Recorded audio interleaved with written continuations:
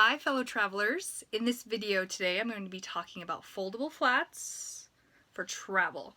I'm going to compare and contrast 3 different foldable flats that I've worn on recent trips, including a Christmas trip to Europe.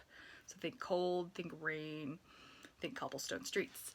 The 3 foldable flats that I'm going to be comparing today are the Crane ballet flats, a pair of Yosi Samra, and a pair of Kigo Flits. Okay, let's talk about ballet flats for just a minute. I'm not a huge ballet flat person myself, so I don't have a ton of experience, but when I had read something about how convenient they were for travel, I instantly got on the old internet and started researching because that seemed like a great thing. When I decided I wanted to try them out, I had a few stipulations. I did want something of quality. You can find lots and lots of cheap flats out there, things for like to carry in your purse so that when your heels get uncomfortable, you can slip them on. They're not meant to be worn more than a couple of times. That was not what I was looking for. At the same time, I didn't want something that was super expensive, so I'm just going to say right now, sorry, this is not a review about teaks. Too much for me. I was looking for something under $100. I felt that that was a worthy investment. I actually have no problem paying a lot of money for shoes. But when I wanted to purchase more than one pair and try them out and see if they work, about $100 was my threshold. I did want something that was easy to slip on and off, that could potentially, match with different outfits. And so anyway, started the old research. Once I had my specifications set, there really weren't too many brands out there that worked for an actual foldable flat. The most obvious one was the Yosi Samra. No idea if I'm pronouncing that right. They come in lots of options, which is great. They also bill themselves as the original foldable flat. Who doesn't like an original? But they run right around $100, which was within my budget. But the great thing is you can find them on sale a lot, including their website, Amazon. I got mine off of Zulily. I was looking for something kind of fun because I knew I was going to take them on my Christmas trip to Europe. And finding something fun really wasn't too hard, which is great. So when you think about these guys, think options and think sale, because they do have a lot. When you get them, they come in this cute little box, which is great. The best part is that they come in this cute little bag as well. I'm kind of a sucker for packaging. In the Yosi Samra, I went with the Gold Shimmer, I believe is what they're called. As you can see, they come folded up. Let's just take a minute here then talk about foldable flats though. I do like the option of being able to potentially pack them. Let's just get the other one out here so I can show you what I'm talking about. Potentially pack them this way, if that happens to fit better in your suitcase. But the truth of the matter is, it's the same size shoe, no matter whether you fold it or you lay it flat. And oftentimes, this will fit better in your suitcase, say like on top or slide it in. So, again, I like this option, but it's kind of not necessary when it comes to packing ballet flats. So anyway, back to the shoe itself. As you can see, it is very pretty. Gold shimmer is a good word for it. Get it all up and nice and close so you can kind of see the colors. I have worn it, right? I told you I took it to Europe, so I wore it there.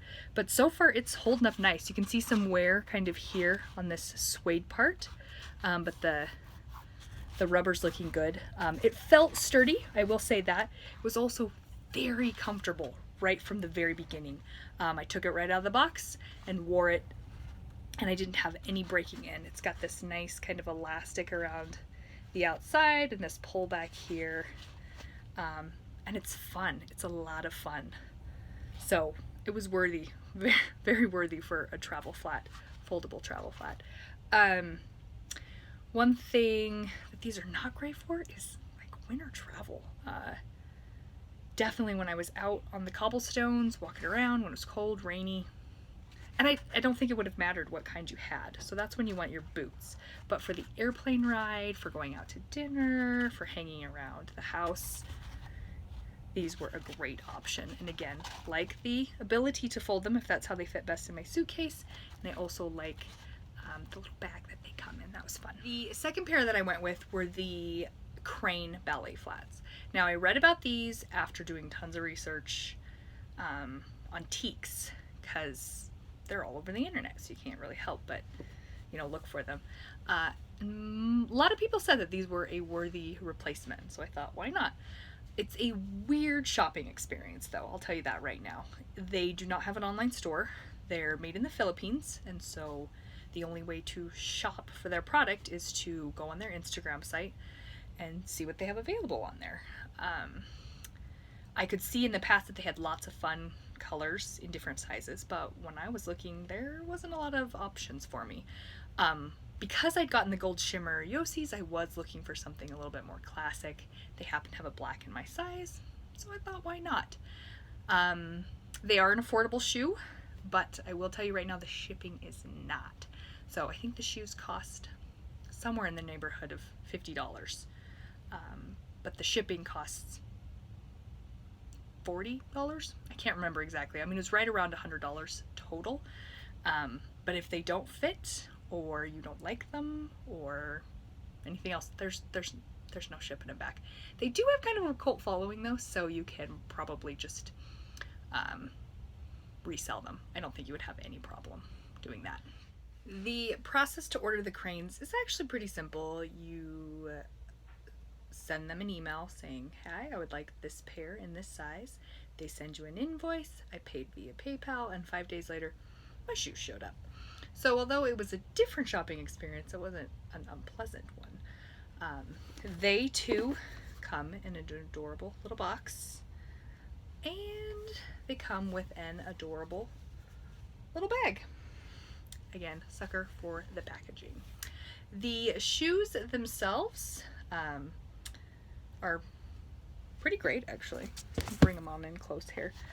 Love the purple soles because they're cute. They have kind of a suede bottom, similar to the Yosi.